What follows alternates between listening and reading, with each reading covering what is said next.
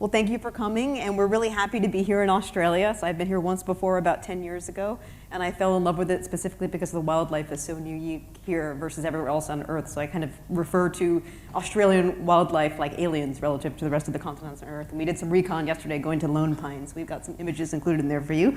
But the topic of our talk today is exploring the red planet, and the red planet is Mars. And we have been there several times before, and the most amazing mission to date, we're a little bit biased of course, is the Mars Science Laboratory Curiosity mission, which deposited a rover on the surface of the planet, which is essentially the size of a small car, like a Mini Cooper. There was a lot of engineering challenges associated with that, and we've got amazing scientific results that have come from it over the course of the past 3 years. So my portion of the talk is going to be focused on the engineering system that allowed us to land something this large at such a large distance away. And the second half of the talk by Kamal will be on the surface mission and the science data which has been collected to date. And so starting off, I'd like to orient you. Does this have a laser pointer part of it too? It's at the red thing? Okay. So one of these little craters here is Gale crater. And this is where we sent from Earth over a journey of around 7 to 9 months in duration to land safely on the surface of the planet.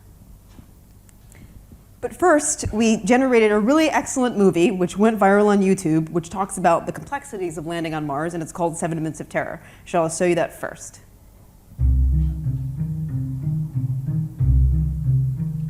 When people look at it,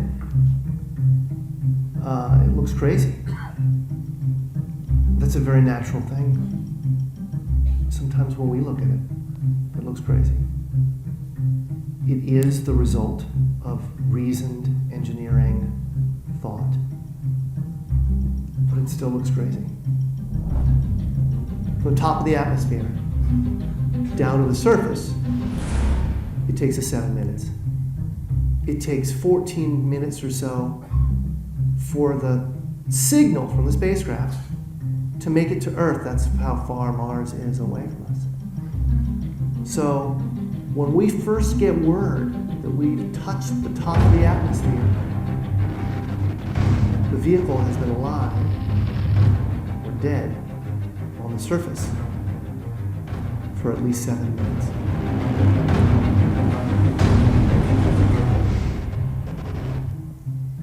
Entry, descent, and landing, also known as EDL, is referred to as the 7 minutes of terror because we've got literally 7 minutes to get from the top of the atmosphere to the surface of Mars, going from 13,000 miles an hour to 0 in perfect sequence, perfect choreography, perfect timing, and the computer has to do it all by itself with no help from the ground. If any one thing doesn't work just right, it's game over. We slam into the atmosphere and develop so much aerodynamic drag. Our heat shield, it heats up and it glows like the surface of the sun, 1,600 degrees.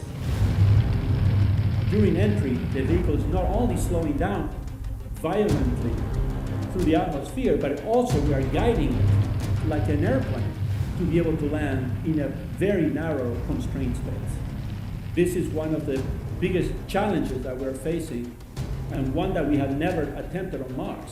Mars is actually really hard to slow down because it has just enough atmosphere that you have to deal with. Otherwise, it will destroy your spacecraft.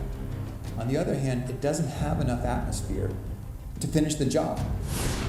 We're still going about 1,000 miles an hour. So at that point, we use a parachute. A parachute is the largest and strongest supersonic parachute that we've ever built to date. It has to be able to withstand 65,000 pounds of force, even though the parachute itself only weighs about 100 pounds. When it opens up that fast, it's a neck-snapping 9 Gs. At that point, we have to get that heat shield off. It's like a big lens cap blocking our view of the ground to the radar. The radar has to take just the right altitude and velocity measurements at just the right time, or the rest of the landing sequence won't work. This big, huge parachute that we've got, it will only slow us down to about 200 miles an hour. And that's not slow enough to land. So we have no choice, but we gotta cut it off and then come down on rockets. Once we turn those rocket motors on, if we don't do something, we're just going to smack right back into the parachute. So the first thing we do is make this really radical divert maneuver. We fly off to the side. Diverting away from the parachute killing our horizontal velocity and our vertical velocity, getting the rover moving straight up and down so it can look at the surface with its radar and see where we're going to land. And we head straight down to the bottom of a crater, right beside a 6-kilometer high mountain.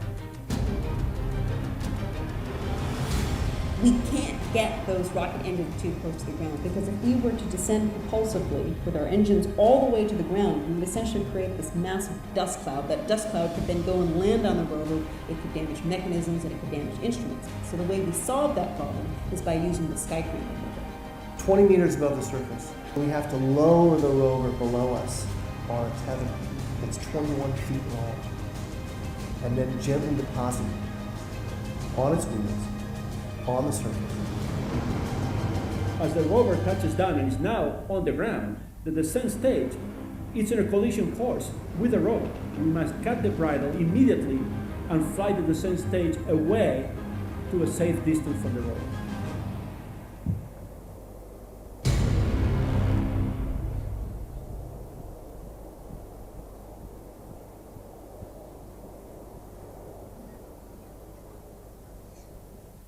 So we were successful, and it was, thank you, probably one of the greatest engineering feats, at least of my generation, just because of the complexity of the system. But we should take a step back and first ask ourselves, so why are we so interested in exploring Mars? And this picture has Mars on the right, Earth on the left, and you can see they're very different from each other in the fact that Earth has a very thick atmosphere with oxygen and it has water all over the surface, whereas Mars is now a dry, dusty planet with no appreciable atmosphere and only little remnants of water on the surface. But at the beginning of time, planetary scientists believed that Mars actually did look like Earth and that there was deep water flowing on the surface. So what happened to it? We don't know. And the way we answer those questions is by sending spacecraft to orbit the planet and landers and rovers to make measurements on the surface of the planet. And then also, at some point in the future, human beings may want to live on another world, and one of the greatest targets for that is to actually go to Mars and to set up a colony there. So could we one day live on Mars? So how many people here think the day on Mars is longer than the day on Earth? Just by a show of hands.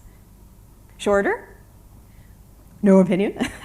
So it's actually very similar. It's 24.6 hours, so it's just slightly longer, which means that from a human circadian rhythms perspective, it isn't that difficult for us to be able to acclimate ourselves to the length of the day. Now, Mars is much smaller. It's only about 1/3 the size of Earth, which means the gravity is about 1/3. So on Mars, you would weigh 1/3 what you do on Earth. And what that means is that from a construction perspective, to be able to set up large habitation modules, it's actually easier because the gravity is lower. Another really interesting fact is that the temperature on Mars, even though it does get very cold in the polar regions during the nighttime and the wintertime, it actually can get to a reasonable temperature, 5 degrees C, which our Uber driver told us was the temperature of the wintertime here in Australia. So it isn't that unfeasible to be able to live on the planet Mars. Now, the real problem with Mars is the surface pressure. The surface pressure is only 1% of what it is on Earth, and the atmosphere is made of primarily carbon dioxide. So if we were to live on the surface of Mars, we would have to carry ourselves with an air supply, basically, and also live in pressurized environments and wear pressurized suits. But compared to the vacuum of space, it's actually much more simple to live there. And there are also resources on the surface that we could utilize. For example, water. Now, the other reason why we explore Mars is because it has a fascinating geological history. So the picture on the upper right there is Olympus Mons, and it's actually an extinct volcano, and it's the largest mountain in the entire solar system. It's 3 times the height of Mount Everest. So for those of you who have either seen Mount Everest or watched it on TV, you can imagine the level of volcanic activity that once existed on the surface of that planet to be able to create a feature this tall. Another fascinating feature is Valles Marineris, which is the image on the lower bottom, which I like to refer to as the scar going over the surface of Mars. And it is a very, very deep ravine, about 6 times as deep as the Grand Canyon. So potentially water could have created that feature. So water could have flown significantly on the surface in the past of Mars. So who thinks we've found water on Mars, by a show of hands? We actually have. And so we do believe that large bodies of water once flowed on the surface of Mars, but where did they go? Did they all basically evaporate from the atmosphere, or are they hidden under the ground? And one really interesting scientific result from the Phoenix mission, which sent a lander further away from the equator regions, was during the landing event when those engines were firing towards the ground, kicking up all the dust and soil, they actually exposed an icy layer just beneath the surface. And that icy layer is made of basically salt water, so it's called a brine. So we do know that there is water frozen on the subsurface of Mars. Now, a really interesting finding, though, is water flowing on the surface of Mars today. And we actually confirmed this September that there is water flowing on the surface of Mars. It's a measurement which is made by a spacecraft that actually Kamal worked on. He'll talk about it a little bit more. And so the images you see here are seasonal flows that we actually can see from orbit. So we do know that there is water in subsurface aquifers that gets heated up during the course of the orbit around the sun, and some of that water comes out. So from a future human colonization perspective, you may actually be able to use Martian water to provide that to settlements on the surface of the planet. And where you really see this is on the sides of cliff faces, sort of seeping out as the planetary body heats up during the course of time. So we've actually landed on Mars a total of 7 times. The first one was in the 1970s, the Viking landers. Imagine the computational power that existed in the 1970s versus today. Essentially nothing, but they were able to pull off a landing event. We had another successful landing in the late 1990s with the Pathfinder Sojourner rover. And then in the early 2000s, we had the Spirit and Opportunity rover, one of which is still driving around the surface of Mars to the present day, collecting scientific data. We had the Phoenix lander in 2005. And then most recently, we had the Curiosity rover in August of 2012. And the images that you can see here are images that were taken by the rover, this one from Viking, this one from Sojourner, you can see it over here, and this one from the Mars exploration rovers, where you can see the deflated airbags, which were part of its landing sequence. And so what this is trying to show you is that over the course of time, we basically learn from the past, we build on our experiences, and we're able to create more complex systems which can do more science. And so the evolution in rovers here shows you the Sojourner rover, which was only about that big, all the way to the current day with the Curiosity rover, which is the size of a small car. And this is to show you a reference to something you'll understand better, which is an emu from Australia. And then there's people, of course.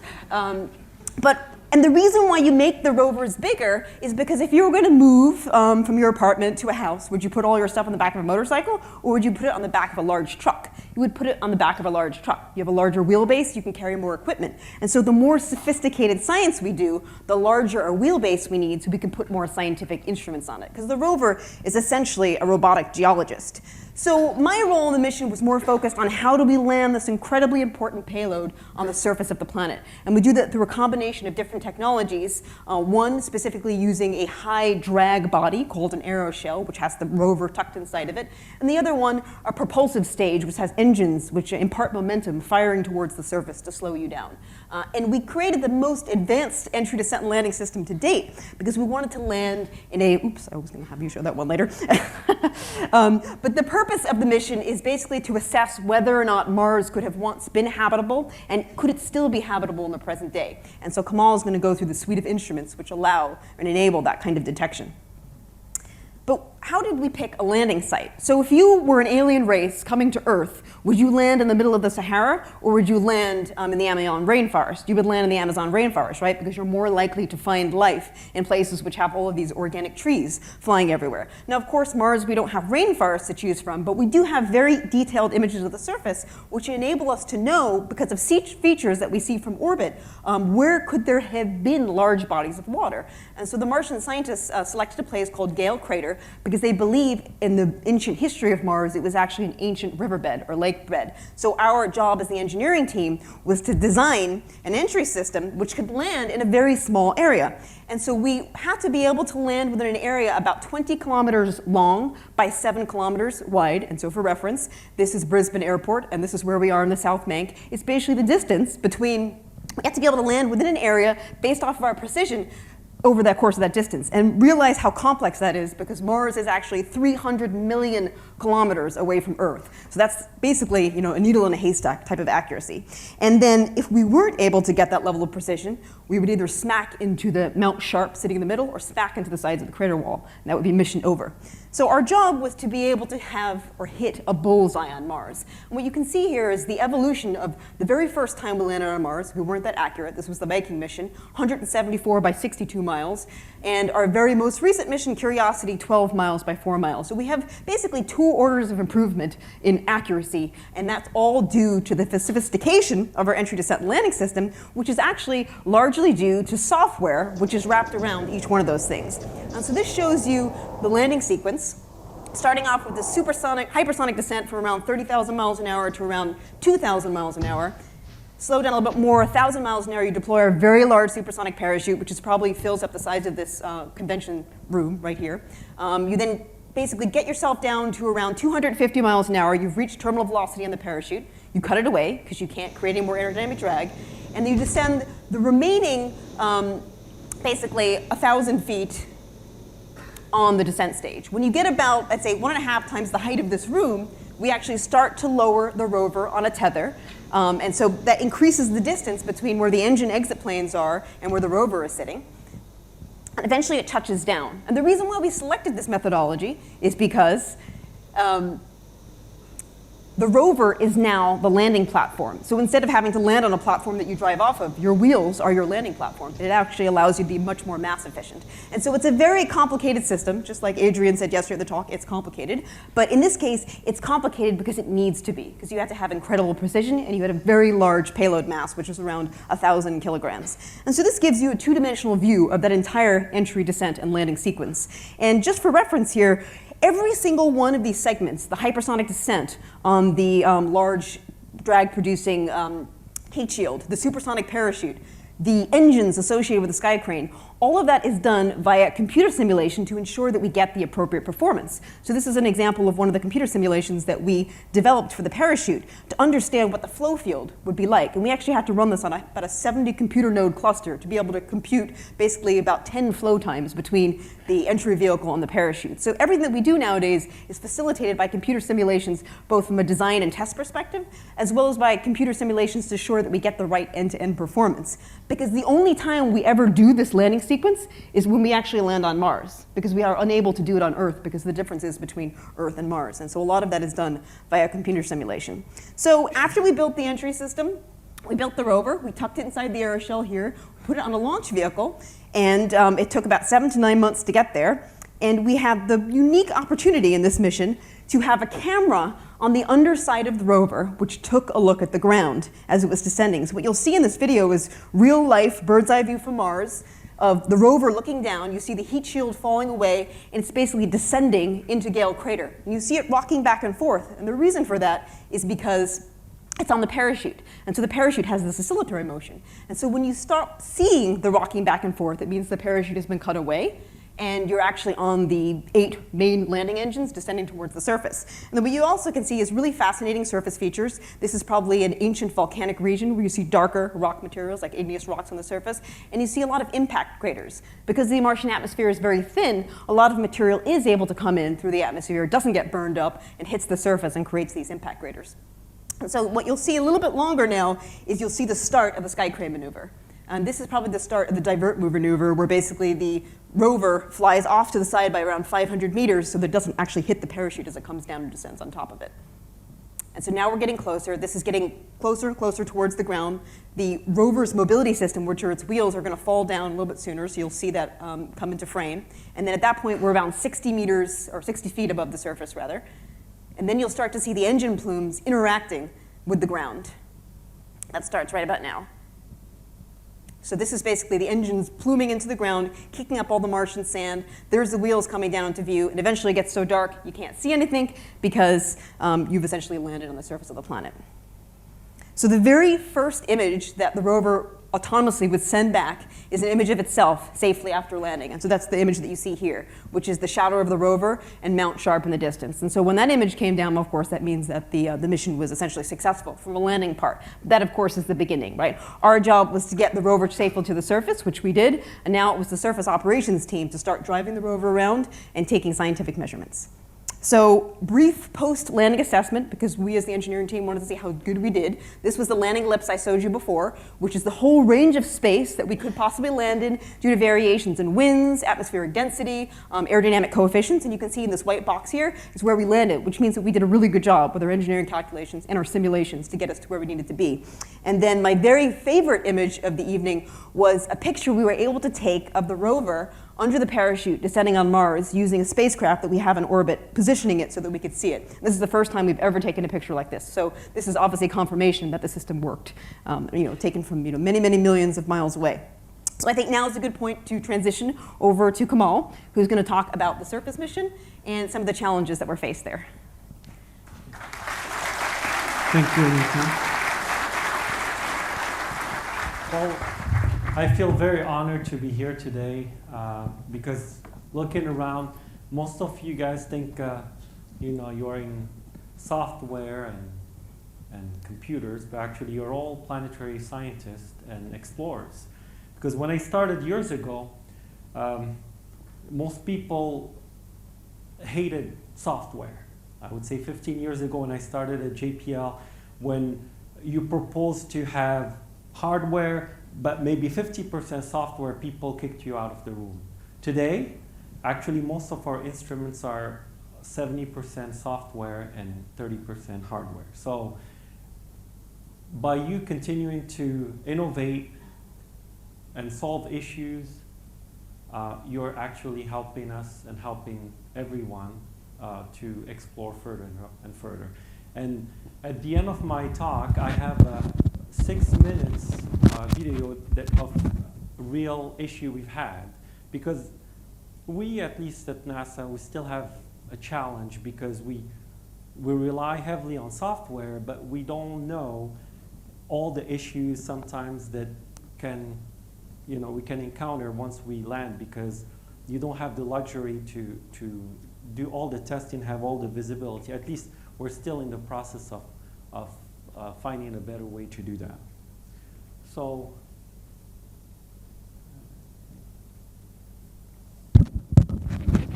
Anita? What?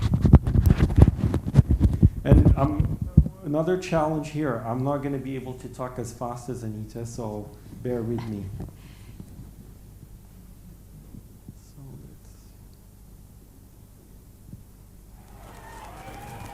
So this is just, we landed on Mars and we thought mission was accomplished, but only to find out, as you will see, 200 days later, that we encountered, the problem you'll find out about was more software driven.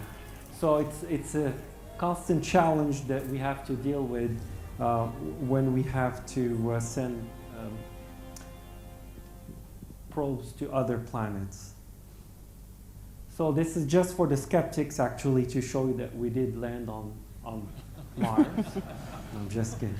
So as you can, it's all spread out, and what you're looking at is it's a few kilometers apart. So how many people have seen The Martian? Okay, just like I know said 3 people only, so hopefully the rest can follow. So one of the challenges is, and like Anita mentioned, even though you can land with accuracy, and that's also because of this, what we call advanced ranging instrument. It's primarily software, again, that we can make corrections during the entry. It's really hard for, even if we land,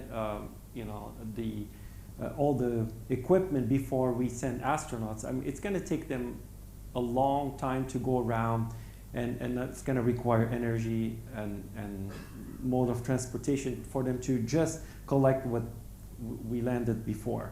So it's just like was mentioned. I mean, it's amazing that just a little thumbnail can tell a lot. Luckily, again, we have this very sophisticated tracking and ranging systems now, because the last thing you don't want to land on a mountain, right? So we landed about 20 kilometers away, but it took us about almost 3 years to get to where Mount Sharp is. But in a way, we kind of stopped along the way to make some scientific observations and measurements, and I'm going to share that with you very quickly. So I think Anita talked a little bit about this. So this was one of the many sites that we decided to select this one, because primarily of the clays and the sulfates that require water. Curiosity's primary mission was, to try to see if we can find microbial life, even though we don't have any instrument that can, at least this current rover can directly detect that. But we look for elements that could support microbial life. So, like anything, we had to do a checkout after landing of all the instruments, and it took about a couple of weeks or so. If Anita wanted to put that's my picture behind the rover. No, I'm just so now, why I asked about the Martian movie, so if you wanted to send a mission to Mars and right before you send human, what would be the choice of instruments that you want to put on your rover, right? So, was this your selection? Okay. So, at a minimum, right, you want to know level of radiation, and actually Curiosity was the first rover to allow us to measure radiation on the surface. You want to know about the weather, you want to look at places maybe you can plant things, right? So whether the surface is acidic, because for a long time we thought the pH is acidic on the surface of Mars. And also you want to have tools, so you think of the rover like a geologist and an explorer. So these are, you have about 11 instruments here that send telemetry and data on a daily basis. So this was the first rock we decided to use the laser measurement on, and basically you look at the wavelength as the sparks go out, then we can look at the wavelength and see, and this particular rock was volcanic, which was no surprise because most rocks on the surface are volcanic on the surface. And also, I mean, it just shows you that just with the imaging, just more like reconnaissance, we can tell a lot without even drilling or doing anything. I'm going to go through these slides a little bit faster. Just like Earth, right, water forms these pebbles, right? So we discovered this in the first 3 months, that rocks were formed by flowing water. So we knew, at least from a prior mission with Opportunity, that water existed in the stagnant form like lakes or oceans, but we didn't know whether, we didn't have any clear evidence that water was flowing or direct measurement until this. So we rely on also scooping the sand and getting the samples into an instrument for measurements. This is what I was saying, like, I think I went over this. So the only issue also, because we have some limitations as part of our instruments, we can only measure the smallest grains. So in this case, all you do, you heat up. You have ovens in this instrument called SAM, and as the samples evaporate, you look at the you look at the gases released during the heating, and you can tell the composition. So far, I mean, everything is more what we've expected and what we see actually on Earth also. We also use X-rays, and same thing as we would use on Earth to show the composition. So we use different instrument on the same sample. I mean, and you wouldn't have exploration on the surface without a selfie. So I took 55 images together by the camera it's called Molly, on the robotic arm to put this together.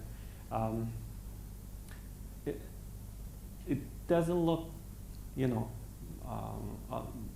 problematic until you start really looking at the temperature. So the temperature on the surface varies by 90 degrees Celsius, 170 degree Fahrenheit between day and night. So, I mean, you can see this would be a big problem for, humans living on the surface. So you'll have to figure out how you need to deal with this issue.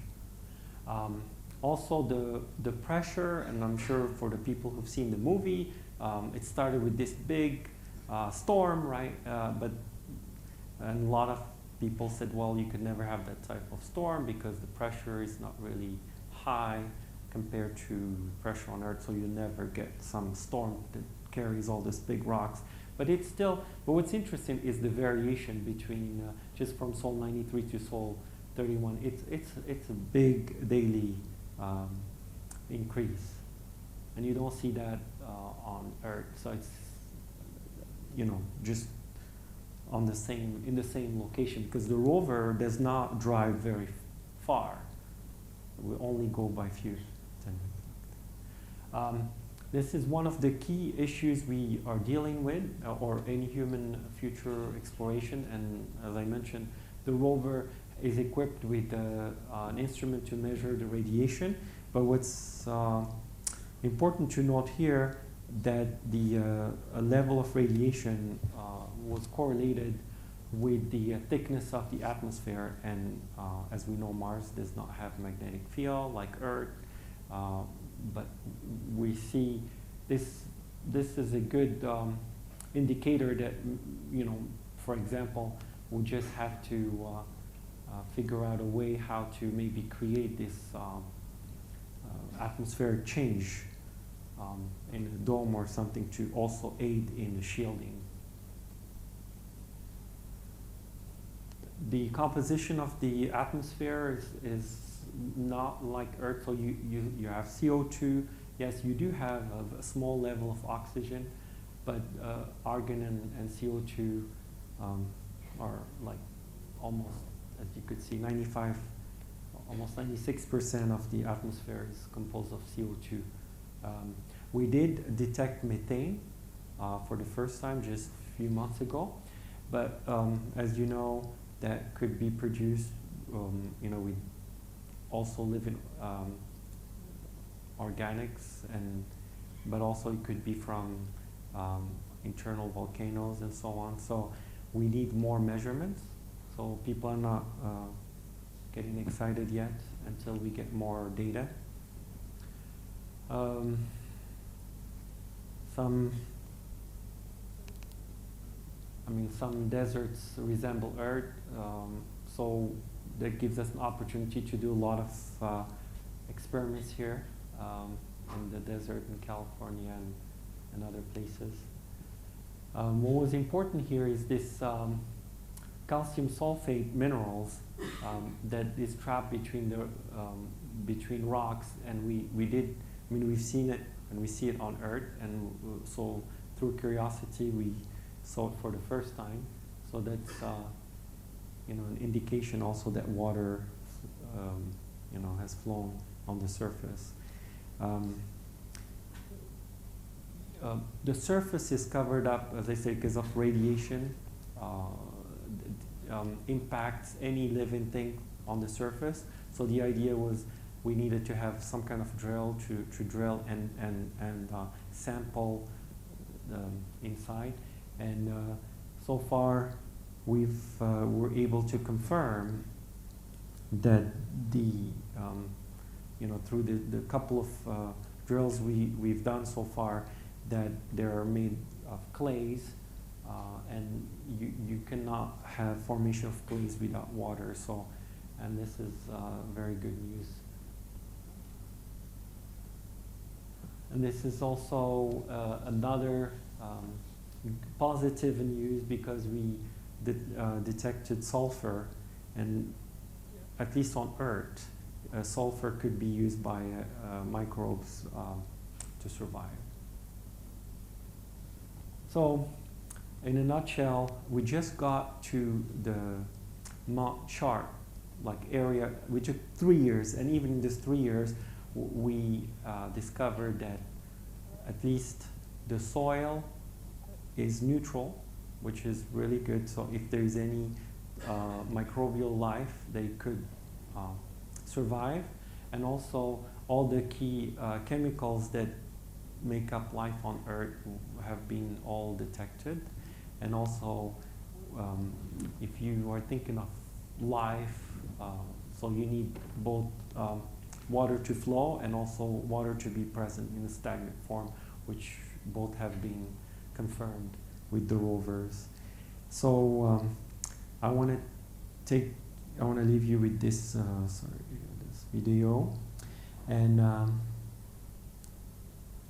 so this happened on Sol 200 when we encountered this problem, and I would say, at least me personally, being involved with this investigation, at least toward the end, it was like the longest 3 minutes of my life, as you will see. So I'll let you enjoy it.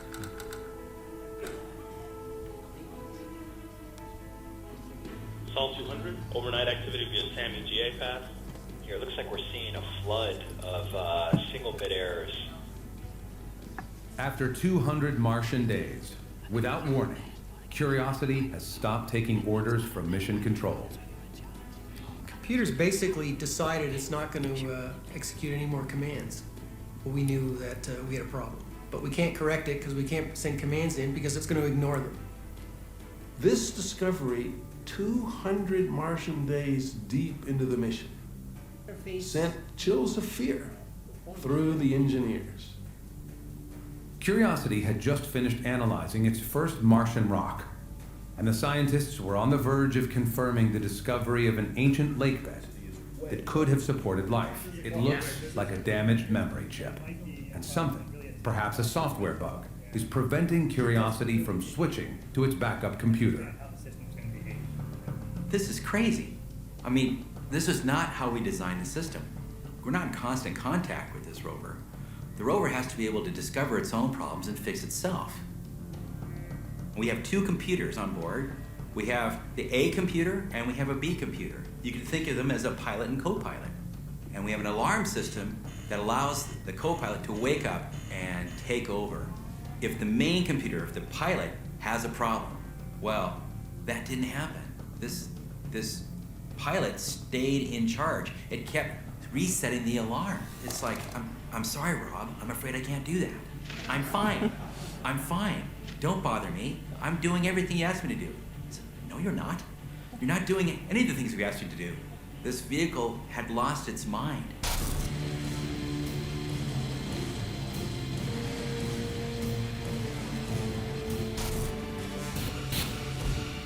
What currently is going on the rover? The state of charge for the battery showing 63%, which is consistent with the fact that the rover is not shutting down. Time is now the enemy. If they don't act soon, Curiosity could stop communicating altogether. A devastating blow to this mission, and perhaps to future Mars exploration. Things are getting desperate, and we don't have much time. So what can we do? The computer on site A has a problem. We don't think the computer on site B has a problem. The issue is getting the spacecraft to change to site B. It's not going to let us do it. It's going to ignore us. We have to force the rover to swap to the other computer. That's a really complicated thing to do. I don't think... Normally, they'd run tests before taking such a drastic step. But they can't afford to wait. Simply put, they have to knock out the pilot and hope the co-pilot takes over. It's risky, but if they wait too long and Curiosity shuts off its radio, they could lose contact forever. As the minutes and hours go by, there's greater and greater fear that we won't even be able to get a command in, let alone have it executed. If we can't get commands in, then that's lights out. Flight Ace, go ahead, Ace. Okay, transmitter's on. And so we went ahead and sent the commands. Fuelcell Delta Whiskey _00034, and waiting your go. Ace, flight, your go to command. Copy. And radiation's active. What happens is that when you do such a thing, you lose communication for a period and then you look to regain it. Well, we're going to be watching here in the middle, and when we get our signal from Mars, we should see a little spike show up somewhere here around the middle. And so we're standing here watching that screen. We're waiting for that signal to appear. And normally these things appear within a few seconds of when they're supposed to. I'm thinking maybe 5 seconds, 10 seconds. No, 20 seconds, no. A minute, oh my goodness. This is a lot longer than it should be. Minute and a half, 2 minutes, 2.5 minutes, 3 minutes, and we still don't have the signal. 6-3 MSLA. MSLA is today. Just want to confirm you're not seeing anything in your FFT. We confirm we are watching the FFT display. We don't see anything not coming. Nothing.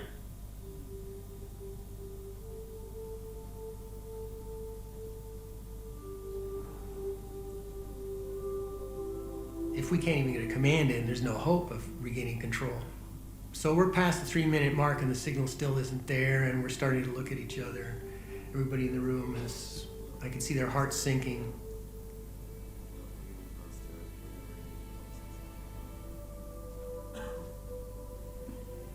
But about 3.5 minutes after it was supposed to come down, the signal appeared.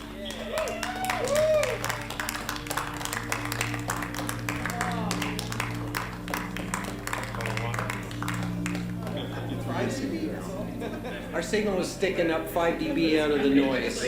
Just you can see it, but it's real small. It's only that big. A freak event. A damaged chip triggered a software bug that almost killed the mission. We have a nice, easy number to remember. The Sol 200 bug. Yeah. Oh, yeah.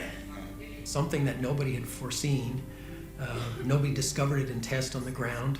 And boom, there it is. It took 200 sols for it to occur. There's always these fears that there's still something out there that we haven't found out about. An unknown unknown. And once in a while, it's a killer. Okay, well, what the video doesn't tell you, what you were looking at, those were my displays. And of course, I was thinking, maybe I did something wrong in my calculation. I'm not kidding. So that's why it was the longest 3 minutes of my life. But actually, it turned out that the B computer, they built in a delay. So